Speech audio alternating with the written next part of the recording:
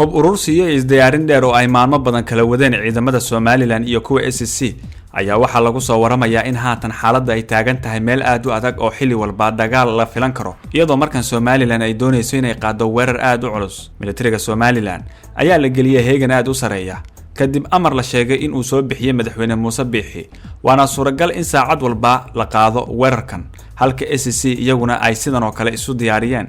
sida xogta aan ku helay in ka badan 1000 askari oo kamid ah ciidamada Somaliland ayaa la soo dhaaway difaacyada hore ee Laascaanood kuwaas oo hadda sugaya in la siiyo amar ah in ay u dhaqaaqaan dhanka magaalada Laascaanood. sidoo kale magaalada Laascaanood waxaa ku sugan boqolaal kamid ah ciidamada SSC iyo kuwa Puntland oo gurmad ahaan u yimid waxaana ay xoojinayaan kumanaanka kale ee ku sugan magaalada iyadoo la saadaalinayo dagaalkii ugu cusla ebed ee ka dhaca dhanka Laascaanood. waxgaradkii ka tagay magaalada Muqdisho ee gaaray Hargeysa ayaa isku dayaya inay baajiyaan dagaal kale oo dhaca waxaana ay wadaan qorshe walba oo wax looga dhaadhicinayo maamulka madaxweyne Biixi ee ku saabsan in dagaalka la joojiyo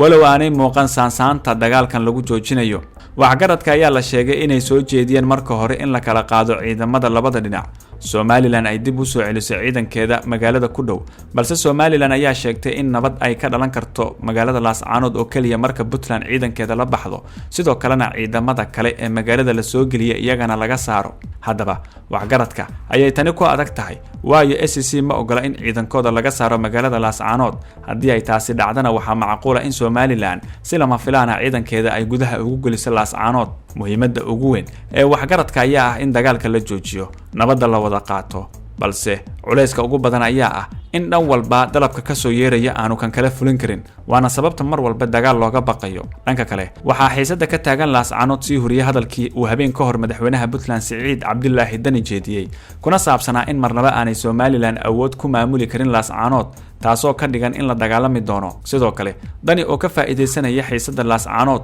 ayaa dib walba ka jira magaaladan waxa uu madaxa u saaray dowladda uu hogaamiyay madaxweyne Xasan Sheekh Maxamuud maadaama Dani iyo Villa Soomaaliya khilaaf xoogan uu ka dhaxeeyo. dadka ku xeel dheer arrimaha ammaanka ayaa sheegay in aanay sahlanaan doonin nabad ka dhacda magaalada Laascaanood oo waliba maalmaha soo socda la filayo dagaal ka dhaca magaaladan. sidoo kalena waxay sheegeen inay macquul tahay bilo kale in dhinacyadu ay sidan isugu hor fadhiyaan. labada dhinac ee ku dagaalamaya Laascaanood waa Somaliland iyo SSC ee awood ahaan hadda waxay u muuqdaan kuwa isku dhigma oo ay adag tahay in si sahal ah lagu kala guuleysto maadaama haddaba muddadii ay dagaalamayeen aanay isla soo dhaafin duleedka Laascaanood. xogo kale oo soo baxaya ayaa sheegaya in Somaliland ay isku dayayso inay kala jibiso ciidanka ka soo horjeeda iyo sidoo kale waxgaradka SSC